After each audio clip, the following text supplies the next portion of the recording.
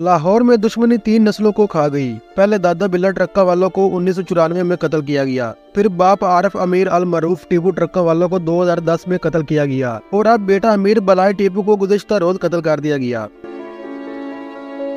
टीपू ट्रक्का वाला का असल नाम आरिफ अमीर था, जो बिल्ला ट्रक्का वाला का बेटा था। बिल्ला लाहौर के अंडरवर्ल्ड का बादशाह माना जाता था। इनकी खानदानी दुश्मनी में इनके अबाओ इदाद से नाना, दादा और बाप, बिल्ला ट्रक्का वाला और बहुत से करीबी साथी और गनमैन सब कत्ल हुए।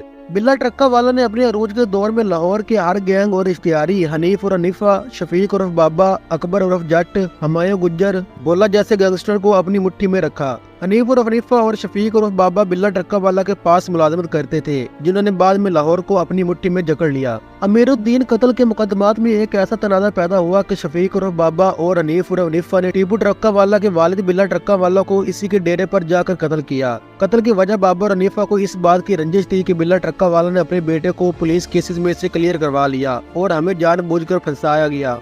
इसके बाद गैंग दो हिस्सों में तकसीम हो गई। फिर इसी ग्रुप के कुछ इश्तिहारी मुखालिफ ख्वाजा तरीफ भट्ट और तैफी भट्ट ग्रुप में शामिल हो गए। टीपू ट्रक्का वाला ने फिर दुश्मनदारी के तमाम मामलात अपने हाथ में ले लिए, एक एक करके अपने तमाम मुखालिफ शूटरों से मरवाए और लाहौर में एक बड़ा नाम पैदा कर लिया। आरिफ अमीर अल मरूफ टीपू ट्रक्का वाला शाह आलम गेट लाहौर के एक दहशतगर्द की पहचान बनकर रह गया था। साल 2003 में कचहरी के बाहर टीपू ट्रक्का वाला पर एक बड़ा कातलाना हमला भी हुआ, जिसमें मुबीर भट्ट गैंग के लोग शामिल थे। इस हमले में टीपू ट्रक्का वाला के 5 गार्ड मारे गए और टीपू ट्रक्का वाला खुद शदीद जख्मी हुआ, जिसका मुकदमा ख्वाजा तरीफ और तैफी भट्ट, ख्वाजा अकील और गोगी भट्ट ग्वाल मंडी वाले के खिलाफ दर्ज हुआ। टीपू ट्रक्का वाला ने जफर उर्फ जफरी नत को उस वक्त कत्ल करवा दिया जब वो इंस्पेक्टर आबद बक्सर को दहशतगर्दी अदालत पेशी पे मिलने जा रहा था। जफरी नत और मजीद 4 लोगों के कत्ल का मुकदमा टीपू ट्रक्का वाला के खिलाफ दर्ज भी हुआ। बिल्ला ट्रक्का वाला के बाद टीपू ट्रक्का वाला को भाई पहलवान ने बहुत सपोर्ट किया और साथ टीपू ट्रक्का वाला के राइट हैंड बहू उर्फ वारिस और बिच्छू पहलवान इनके हमराज और हम कदम रहे। साल 2010 में खुर्रम इजाज ने टीपू ट्रक्का वाला को लाहौर एयरपोर्ट पर कत्ल कर दिया, जिसका मुकदमा तैफी भट्ट, गोगी भट्ट और मलक एहसान के खिलाफ दर्ज हुआ।